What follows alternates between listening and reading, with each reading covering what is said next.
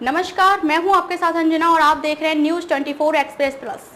आइए शुरुआत करते हैं आज की प्रमुख खबर से। यूक्रेन युद्ध और वैश्विक अर्थव्यवस्था की चुनौतियों पर बाइडेन और सुनक ने की चर्चा। अमेरिका के राष्ट्रपति जो बाइडेन और ब्रिटेन के प्रधानमंत्री ऋषि सुनक ने व्हाइट हाउस में गुरुवार को यूक्रेन संकट और वैश्विक अर्थव्यवस्था से जुड़े व्यापक मुद्दों पर बातचीत शुरू की। दोनों नेताओं ने इस बात का भी संकल्प लिया कि वे विश्व में तेजी से होते आर्थिक, राजनीतिक और तकनीकी परिवर्तन की अवधि के अनुकूल कदम से कदम मिलाकर चलने की कोशिश करेंगे। ओवल ऑफिस में दोनों नेताओं ने यूक्रेन युद्ध, चीन, आर्थिक सुरक्षा, कृत्रिम मेधा के बढ़ते क्षेत्र को विनियमित करने पर अंतर्राष्ट्रीय सहयोग और अन्य कई मुद्दों पर चर्चा की। अक्टूबर में सुनक के प्रधानमंत्री बनने के बाद से बाइडेन और सुनक के बीच 4 बार आमने सामने की बैठकें हो चुकी हैं। वॉशिंगटन में होने वाली वार्ता दोनों नेताओं को निरंतर बातचीत का एक और मौका देगी। सुनक ने उन महत्वपूर्ण बातचीत का भी उल्लेख किया है जो उनके पूर्ववर्तियों ने ओवल कार्यालयों में वर्षों से की है और स्वीकार किया कि वे और बाइडेन दोनों अपने स्वयं के कठिन समय का सामना कर रहे हैं। अक्टूबर में ब्रिटेन का प्रधानमंत्री बनने के बाद से सुनक की वॉशिंगटन की यह पहली यात्रा है। सुनक ने कहा कि हमारी अर्थव्यवस्थाएं औद्योगिक क्रांति के बाद शायद सबसे बड़ा परिवर्तन देख रही है, क्योंकि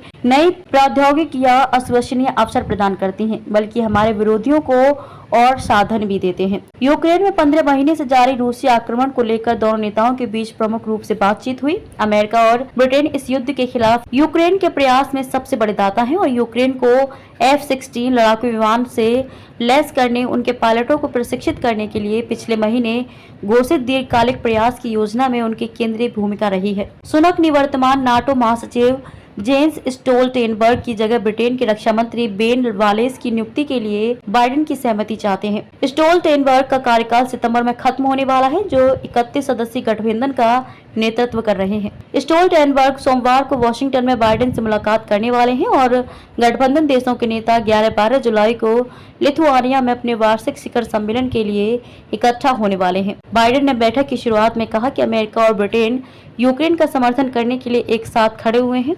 सुनक ब्रिटेन को कृत्रिम मेधा AI के क्षेत्र में एक अग्रणी देश बनाने के इच्छुक हैं और उन्होंने घोषणा की कि उनकी सरकार AI सुरक्षा पर एक शिखर सम्मेलन के लिए राजनेताओं, वैज्ञानिकों और तकनीकी अधिकारियों को इकट्ठा करेगी। खबरों में अब तक के लिए बस इतना ही। फिर होगी आपसे मुलाकात कुछ ऐसी बड़ी खबरों के साथ। तब तक के लिए नमस्कार और देखते रहिए न्यूज 24 एक्सप्रेस प्लस।